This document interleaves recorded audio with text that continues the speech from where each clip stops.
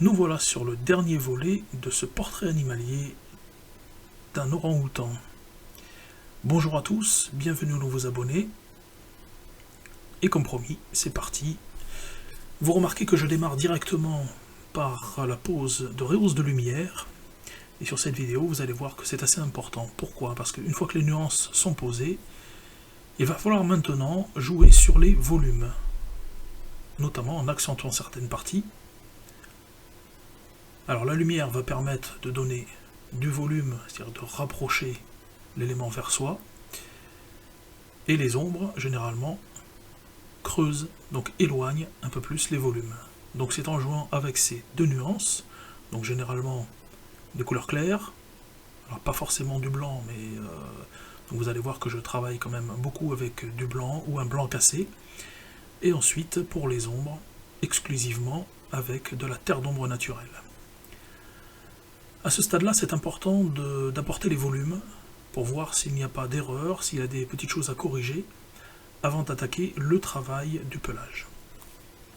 Donc c'est parti, je vais accélérer une bonne partie de la vidéo, parce que celle-ci est assez longue.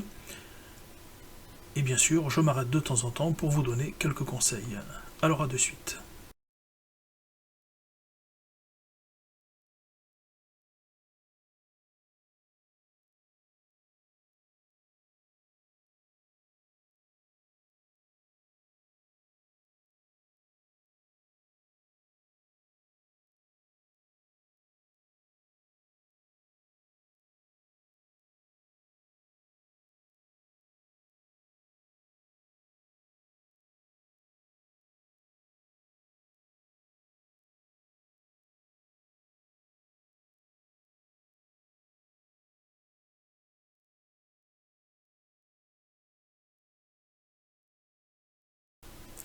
Un petit rappel pour ceux que ça intéresserait, généralement quand je parle d'un sujet, alors ici je viens de vous parler de l'ombre et de la lumière, et la façon de mettre en volume. Pour ceux que ça intéresse, en règle générale, je mets des points d'information en haut à droite de la vidéo. Donc il vous suffit de déplacer votre curseur sur la vidéo et vous allez voir apparaître un point d'information. Et en règle générale, je vous donne un lien vers la vidéo, donc en rapport avec mes explications.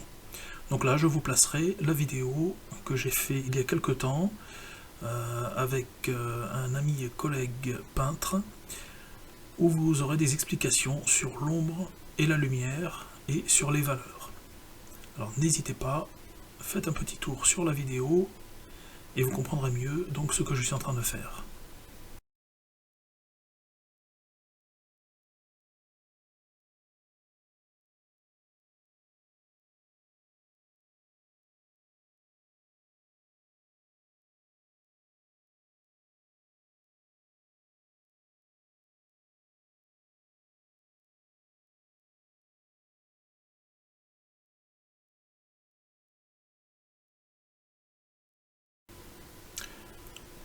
Une petite précision esthétique. Alors si vous regardez bien le nez de cet orang-outan, il y a une narine qui est assez grosse et une narine qui est petite. Et en fin de compte, le modèle que j'ai pris pour faire ce portrait eh bien, est identique. Donc cet orang-outan a bien une petite narine et une grosse narine. Voilà. Et c'est une particularité que vous remarquerez assez souvent. Si vous avez l'occasion de voir cet animal, alors en vrai peut-être pas, ou peut-être dans un zoo, mais regardez bien, que ce soit sur les orang-outans et sur les chimpanzés, il y a assez souvent une dysmorphie, donc au niveau du nez. Voilà, c'était un petit point d'information anatomique.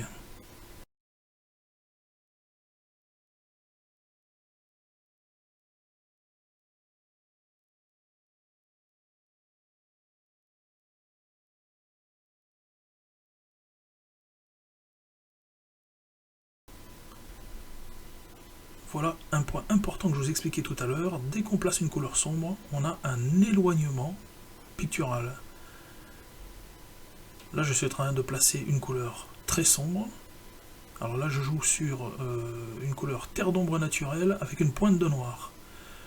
Vraiment pour creuser, en fin de compte, ce portrait. Donc là, vous le voyez en direct. Si je devais apporter un point de lumière juste à côté du travail que j'ai fait, automatiquement, donc on verrait ce volume se créer encore plus précisément. Mais là, vous le voyez, donc, quand vous suivez le contour de l'œil, donc sur la partie gauche, vous avez la lumière, et sur la partie droite, vous avez l'ombre. Et ainsi, on va créer donc ce volume, donc ça va arrondir. Voilà, et ça c'est vraiment important. Alors je me le répète, mais n'hésitez pas à regarder la vidéo que je vous mets en référence pour bien comprendre cette idée donc d'ombre et lumière qui est vraiment très très important quand vous faites un tableau.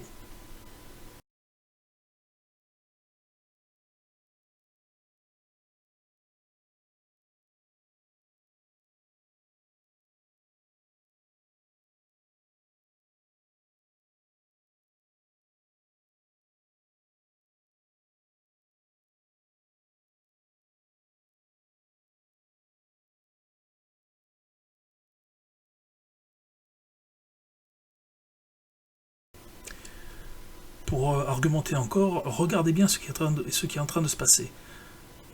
J'ai simplement assombri donc, les contours de mon portrait.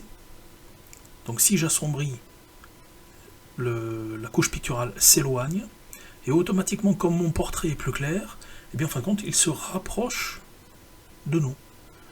Voilà, et donc c'est important de jouer là-dessus pour donner de l'amplitude à vos portraits. Alors vous allez voir que je vais retravailler un petit peu le contour donc sur la droite, et vous allez voir que tout de suite, vous allez avoir donc le contour de la bouche qui va être beaucoup plus en volume et qui va se rapprocher donc de nous.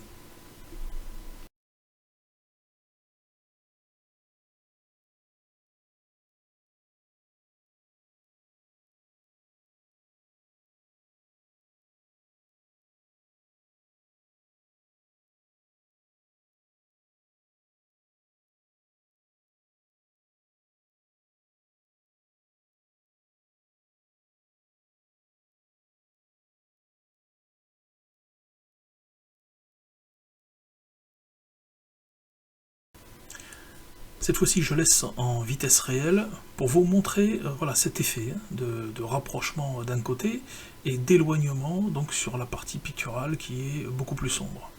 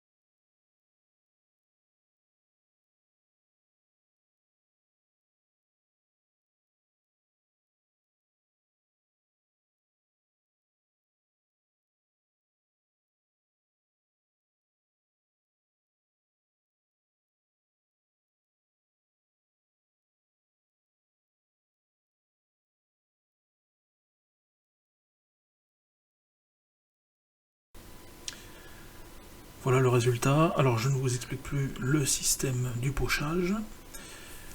Vous l'avez vu dans les dernières vidéos.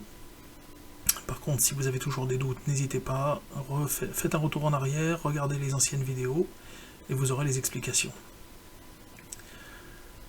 Donc je retourne un petit peu à l'accéléré et on se retrouve un petit peu plus loin.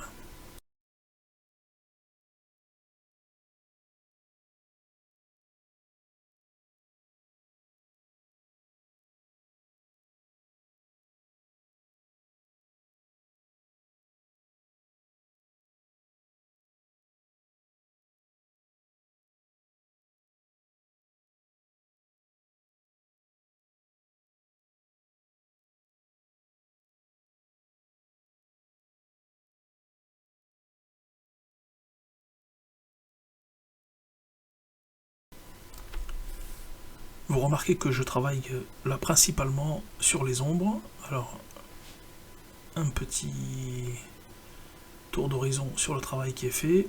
Encore une fois, n'hésitez pas à vous reculer, regardez ce que vous avez fait. Voilà, là le but est de vous le montrer, donc cet effet de 3D qui s'accentue, hein, simplement en travaillant avec les ombres. Et le travail va s'accentuer bien sûr davantage dès que vous allez placer les lumières. Voilà, alors n'hésitez pas à travailler par petites parties, hein, voilà, donc là vous avez vu que j'avais commencé par le nez, ensuite là, je suis en train de placer les contours, donc les contours du portrait, et après je vais travailler par petites zones, voilà, pour accentuer un petit peu plus les volumes par endroit.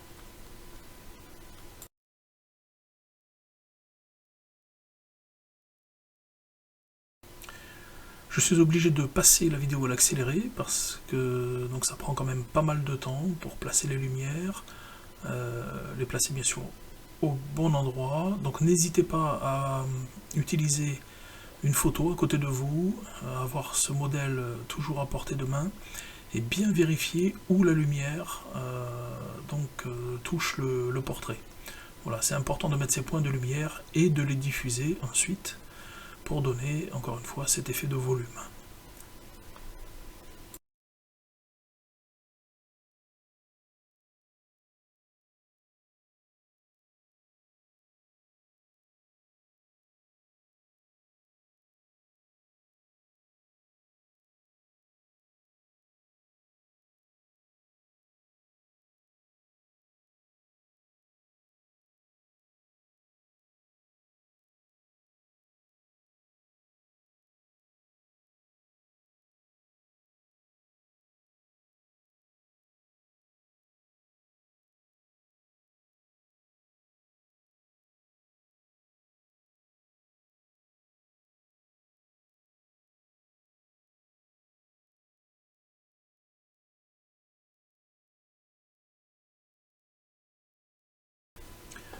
Vous remarquez qu'en très peu de temps, les volumes ont considérablement changé.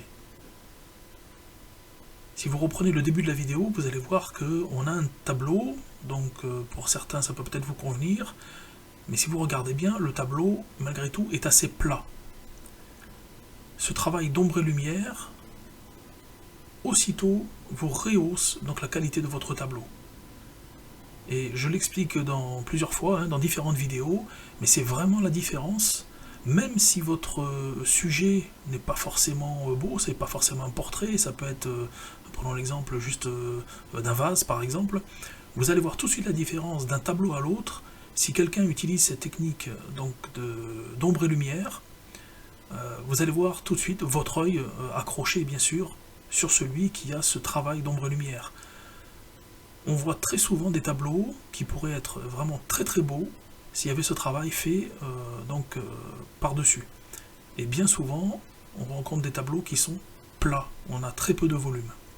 Voilà, donc cet exercice-là est vraiment indispensable et très important pour vos réalisations.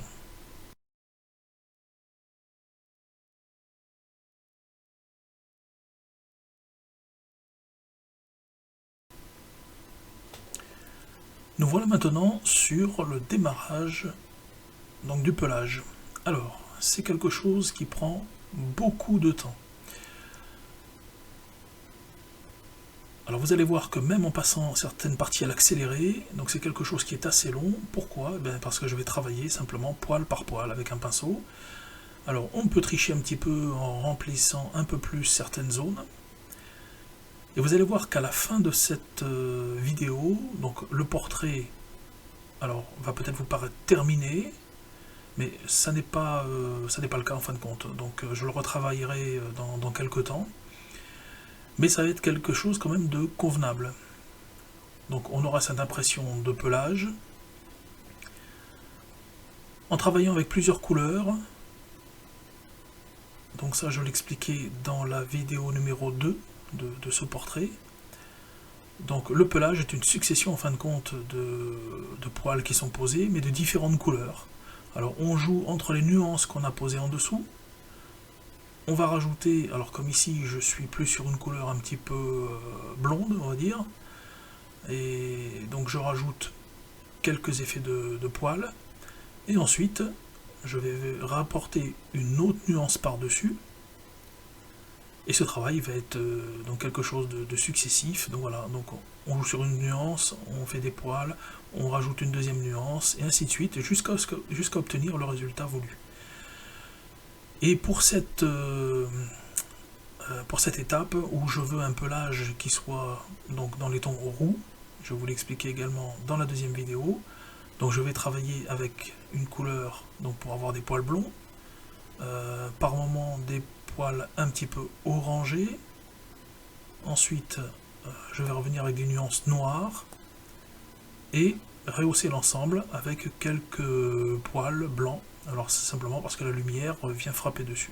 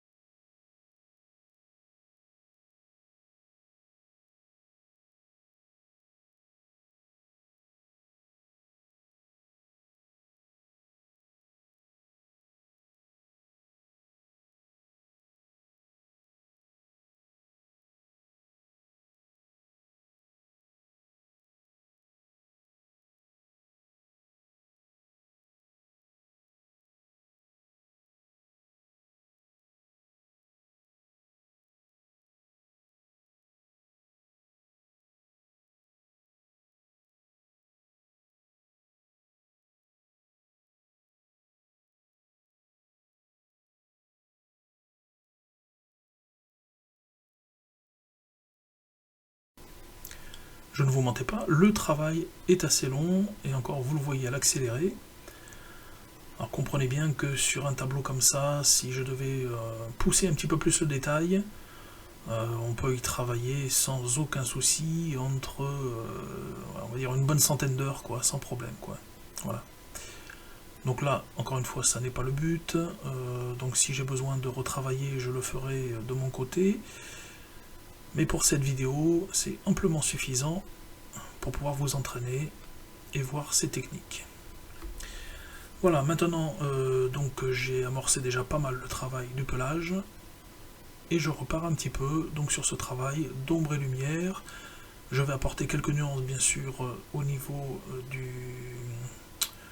de l'épaule, enfin du torse qui est juste en dessous du menton de l'orang-outan. Mais il ne faut pas oublier bien sûr à mettre les volumes sous le menton comme je viens de placer. Voilà, donc il y a encore un petit peu de détails à amener avant de terminer le pelage et avant la fin de cette vidéo.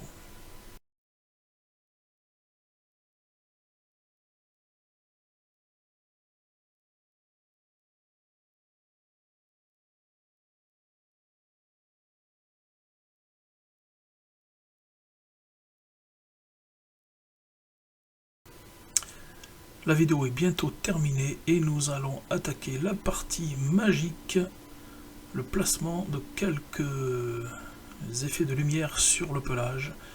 Et vous allez voir, la transition est assez bluffante. Tout de suite le modèle prend vie et on obtient un volume vraiment beaucoup plus saisissant.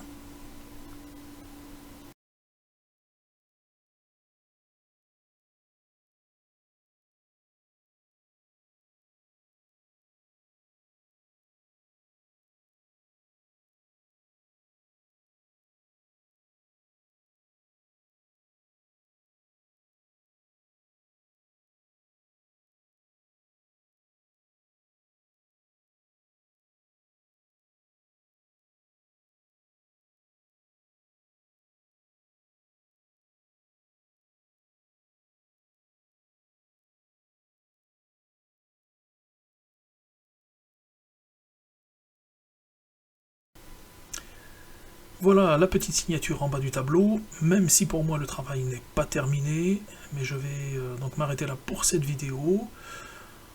On a vu le démarrage donc et la fin cette fois-ci de ce portrait animalier. J'espère vous avoir donné de bons renseignements, de bonnes techniques. N'hésitez pas à vous entraîner. Faites des modèles plus petits si vous voulez, ou peut-être simplement des partiels, travailler peut-être un œil et le contour de l'œil. Ça peut être intéressant de travailler par zone pour vous habituer. Et ensuite, faites un portrait complet. Voilà, merci de m'avoir suivi. Je vous dis à très bientôt, certainement pour la suite du portrait de Liziki, pour ceux qui me suivent. Donc n'hésitez pas à regarder toutes les vidéos qu'il y a sur ma chaîne. Pensez qu'il y en a plusieurs, il y en a pour quelques heures de visualisation. Allez, je vous dis à très bientôt, bon courage pour vos portraits, merci à tous.